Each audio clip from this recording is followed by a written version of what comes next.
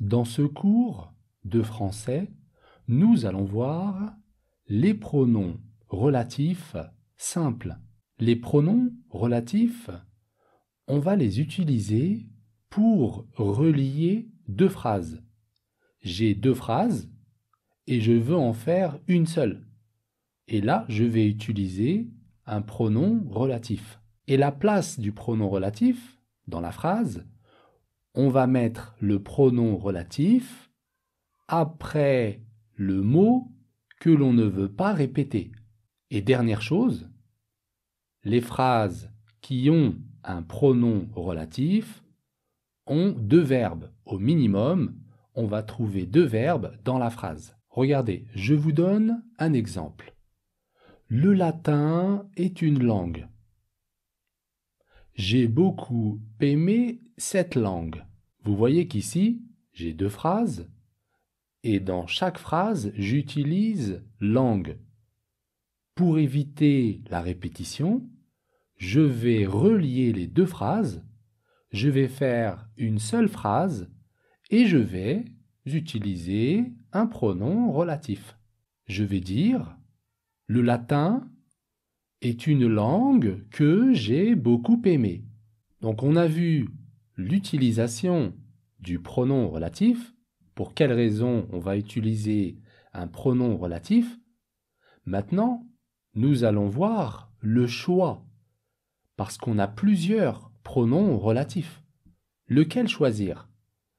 Ici, dans ce cours, nous allons voir le pronom relatif que, nous allons voir également qui, où et dont. Que, qui, où, dont. Dans quel cas je vais utiliser ces quatre pronoms relatifs? En fait, on utilise ces pronoms par rapport à la fonction qu'ils ont dans la phrase. Si le mot que je remplace, si c'est un COD, j'utilise le pronom relatif que. Si c'est un sujet, j'utilise le pronom relatif qui. Si c'est un complément de lieu ou un complément de temps, j'utilise ou, le ou avec un accent. Et si c'est un complément de verbe ou un complément de nom ou un complément d'adjectif avec la préposition de, dans ce cas, j'utilise le pronom relatif dont, D-O-N-T. Alors nous allons voir justement ces différents cas avec des exemples concrets. On commence avec le pronom relatif qui. Le pronom relatif qui, je l'utilise pour remplacer un sujet. Nous avons rencontré une personne. Ça, c'est la première phrase. Nous avons rencontré une personne. Deuxième phrase, une personne nous a aidés. Deuxième phrase. Nous avons rencontré une personne nous a aidés. Vous voyez que dans ces deux phrases, je répète une personne.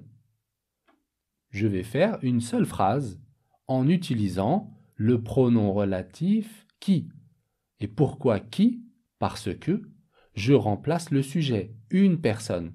Une personne nous a aidés. Donc quand je remplace le sujet, j'utilise qui. Et je vais dire, nous avons rencontré une personne qui nous a aidés. On utilise le pronom relatif que pour remplacer un complément d'objet direct, un COD. Regardez, je vous donne deux phrases. C'est une ville. Nous avons beaucoup aimé cette ville. Ici, on voit bien que je répète le mot ville. C'est une ville. Nous avons beaucoup aimé cette ville. Si je veux éviter la répétition, je vais faire une seule phrase et je remplace cette ville. Dans la phrase « Nous avons beaucoup aimé cette ville ». Cette ville, c'est un COD. Donc, Si je remplace un COD, j'utilise le pronom relatif et je vais dire « C'est une ville que nous avons beaucoup aimée ». Attention, une petite remarque avec le pronom relatif « que ». Que devient QU apostrophe s'il est suivi d'un mot qui commence par une voyelle ou bien un H muet. Par exemple, c'est une ville qu'il a déjà visitée. QU apostrophe IL, qu'il. C'est une ville qu'il a déjà visitée. Donc attention, cette règle ne s'applique pas avec le pronom relatif qui. Qui reste toujours qui, même si j'ai une voyelle juste après. Voyons maintenant le pronom relatif ou, le ou avec un accent. On utilise le pronom relatif ou pour remplacer un complément de lieu, mais également pour remplacer un complément de temps. Par exemple, je suis né à Rabat. Je peux dire également Rabat est la ville où je suis né. Rabat est la ville où je suis né. Et pour le complément de temps, j'ai eu mon diplôme cette année-là. J'ai eu mon diplôme cette année-là. Je peux dire c'est l'année où j'ai eu mon diplôme. C'est l'année où j'ai eu mon diplôme. Ici, je remplace un complément de temps. Voyons maintenant le pronom relatif dont. Le pronom relatif dont, on va l'utiliser ici avec 3 cas. D'abord, première chose, ça commence par la préposition de, DE. On a 3 cas. Complément de verbe avec de, complément du nom avec de, complément de l'adjectif avec de. Pour le don, complément de verbe avec de. Regardez un exemple. On parle de ce quartier. On a le verbe parler, on a un verbe et on a de. On parle de ce quartier. Eh bien, je peux dire c'est un quartier dont on parle. On parle de ce quartier dont on parle. C'est un quartier dont on parle. Pour un complément de nom, toujours avec la préposition de, je peux utiliser le pronom relatif dont. Par exemple, le prix de l'hôtel. Le prix. Prix, c'est un nom. De l'hôtel, c'est un complément du nom prix. Le prix de l'hôtel. Donc, si je veux remplacer de l'hôtel, je vais utiliser le pronom dont.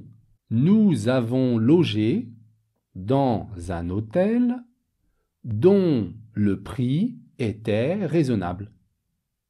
Nous avons logé dans un hôtel dont le prix était raisonnable.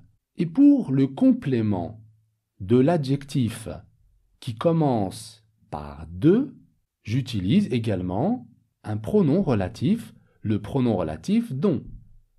Par exemple, fier de sa maison. Fier de sa maison, fier, c'est un adjectif. De sa maison, c'est un complément de l'adjectif. Fier de sa maison. Eh bien, je peux dire, c'est une maison dont le propriétaire est fier. Il est fier de sa maison. C'est une maison dont il est fier. Voilà, j'ai terminé avec cette vidéo, ce cours de français sur les pronoms relatifs. J'espère que cette vidéo vous sera utile et qu'elle vous aidera à mieux faire la différence par rapport à ces différents pronoms relatifs. Pour ceux qui sont intéressés à prendre des cours en communication, grammaire et vocabulaire, je donne des cours à distance avec l'application Zoom. Si vous êtes intéressé, vous pouvez me contacter directement sur mon WhatsApp. Prenez soin de vous et je vous donne rendez-vous pour une prochaine vidéo, Inch'Allah.